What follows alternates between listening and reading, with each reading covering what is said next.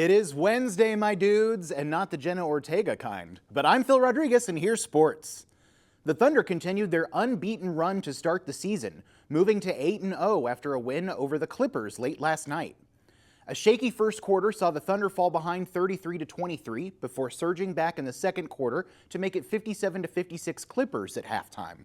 But the second half was all Thunder, with OKC outscoring LA 70-50 across the final two quarters.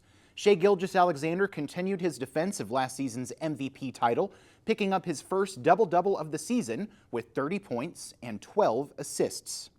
Next up for the Thunder will be the Portland Trail Blazers tonight in Portland's Moda Center at 9 p.m. Well, the first edition of the College Football Playoff Committee's rankings and playoff bracket were released yesterday on ESPN.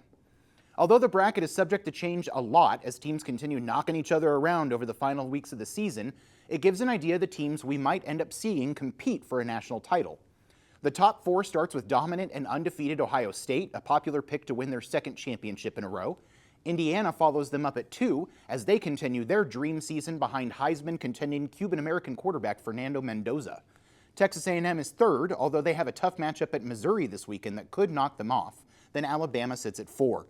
Georgia and Ole Miss follow up at 5 and 6. Then the surprising BYU Cougars sit at 7 with Texas Tech at 8. Memphis gets the 12th spot in the bracket as the highest-ranked team from the group of 5, even though Oklahoma sits at 12th in the rankings. Now, although that means the Sooners are on the outside looking in, it also means they can slip into the playoff bracket if SEC teams above them slip up. Previewing these matchups would be a lot of fun, but they're 100% guaranteed to change.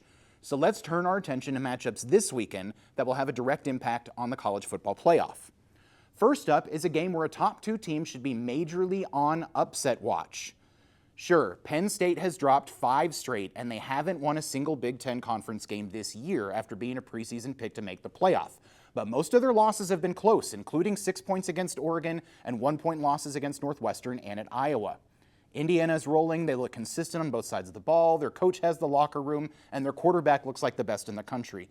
But college football is a strange and cruel sport, where sometimes a butterfly flaps its wings in Tokyo and then App State beats Michigan.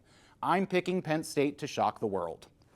Next up is easily the game of the weekend, and it's almost a shame it's on the early slate. You're going to have to figure out how to watch both of these at the same time. The cunning Cougars of BYU have surprised everyone, rocketing out to 8-0 behind a true freshman quarterback. Bear Bachmeier wears a running back number on his jersey, 47, and he runs like one too, with 359 rushing yards and 8 touchdowns on the season. Texas Tech, meanwhile, has assembled the best defensive line in college football, good for the 5th best rushing defense in all of FBS. The Cougars will have to bear down to score on this Red Raider D, but I think they'll just squeak by to remain undefeated. I'm just all kinds of against the spread today. Ladies, it was a big win last night for the Thunder against the team that originally drafted Shai. Valerie, you watched, right? Oh, of course I did. I love watching SGA take the win, or as I like to call him, Shai Gorgeous.